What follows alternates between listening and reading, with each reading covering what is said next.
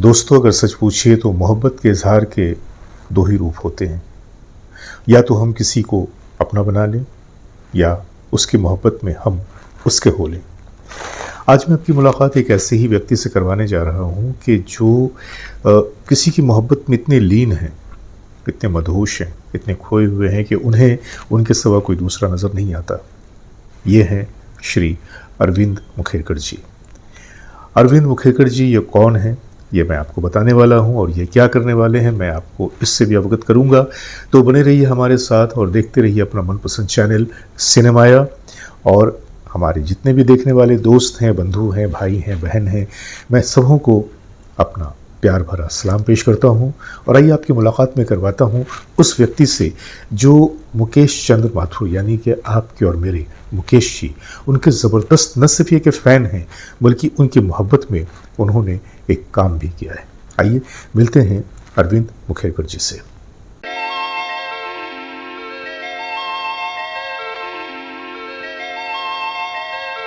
अरविंद मुखेरकर की पैदाइश नांदेड़ में हुई।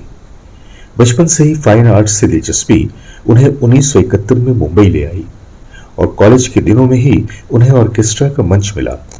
अरविंद जी हमेशा से ही क्रिएटिव रहे। 1980 में उन्हें फिल्म फेयर अवार्ड में परफॉर्म करने का मौका मिला, जिसमें लक्ष्मीकांत प्यारेलाल पूरे ऑर्केस्ट्रा के साथ मौजूद थे। अरविंद जी न सिर्फ एक गायक बल्कि कंपोजर, अरेंजर, वादक और कंडक्टर भी रहे। अवार्ड्स तो कई सारे मिले, लेकिन हिमाचल प्रदेश संस्था द्वारा मिले आचार्य विशिष्ट राष्ट्रीय संगीत पुरस्कार उनमें बहुत खास है। इतना ही नहीं, उन्होंने अटल बिहारी वाजपेयी की लिखी गई कविता को भी संगीतबद्ध किया है, जिसे 12 मशहूर गायकों ने अपनी आवाज दी है। अरविंद जी मुकेश जी के बड़े प्रस्तार हैं और खुद भी मुकेश जी की आवाज में गीत पेश करते हैं, लेकिन इस बार उन्होंने हसरत जयपुरी साहब के लिखे गए एक गीत को अपनी संगीत और आवाज में ढाला है। ये मुकेश जी के लिए एक खास श्रद्धांजलि है जो अरविंद जी पेश करेंगे। सभी संगीत प्रेमियों को प्यार भरा नमस्कार। मैं हूं अरविंद मुखेरकर। दोस्तों, हिंदुस्तानी फिल्म संगीत के मकबूल गीतकार जनाब हसरत जयपुरी साहब ने लाडले गायक मुकेश के बिछड़ जाने पर उनके जज्बात बयां करती एक नज़्म लिखी है, जिसका शीर्षक है सुर का देवता, जिसमें चंद असरदार पंक्तियों में हसरत साहब ने मुकेश जी के कई सद्गुणों का वर्णन किया है। इन शब्दों से प्रभावित होकर मेरे अंदर बसे मुकेश भक्त में इस नज़्म को कंपोज करके अपने कंठ से इन दो अजीम हस्तियों को संगीत श्रद्धांजलि अर्पण करने की भावना उमड़ आई। देवी सरस्वती की कृपा से गीत पूरा हुआ, जिस पर काम करते समय आरंभ से ही कुछ विचार मन में निश्चित थे, जैसे कि मुकेश जी की प्रेमल प्रतिमा को रसिकों के हृदय तक पहुंचाने गीत की स्वर रचना सरल तथा मुकेश जी के शैली में ही हो। उसकी अरेंजमेंट भी 50 या 60 के स्वर्णकाल दशकों की याद दिलाने वाली हो, जो करते समय मैंने हमारे सेबेस्टियन सर को और गुरु दत्ताराम जी को आदर्श माना है।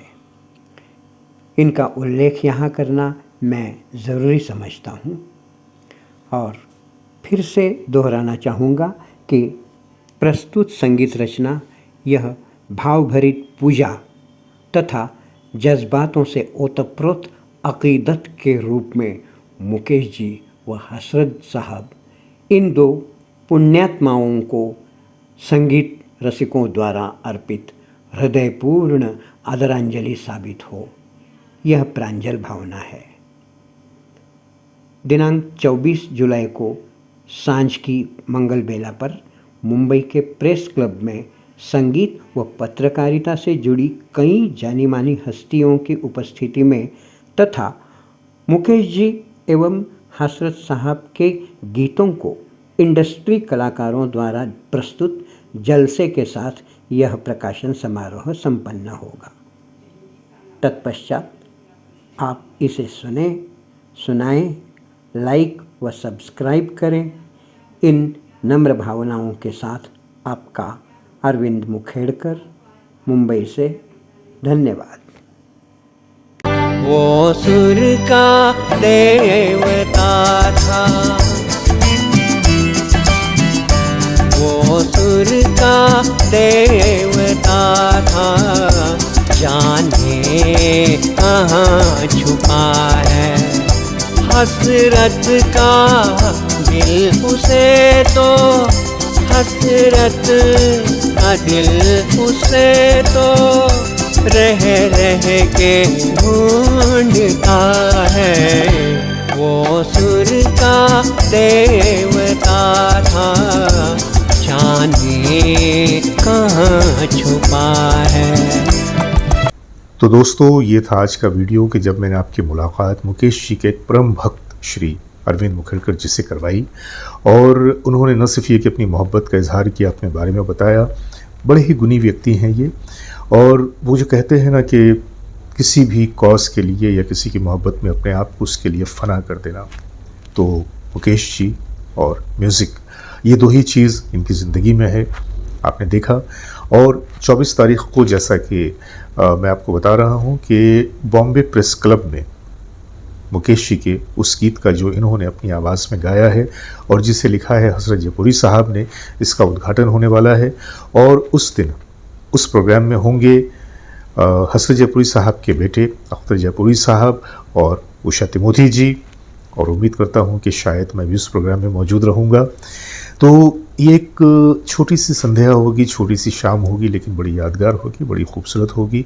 और उस गीत का उद्घाटन होने के बाद फिर मैं आपके सामने उस गीत को पूरे का पूरा अपने चैनल पर पेश भी करूँगा।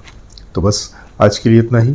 अपने दोस्त जावेद नसीम को इजाज़त दीजिए, बहुत सारी मोहब्बतों के साथ। नमस्कार।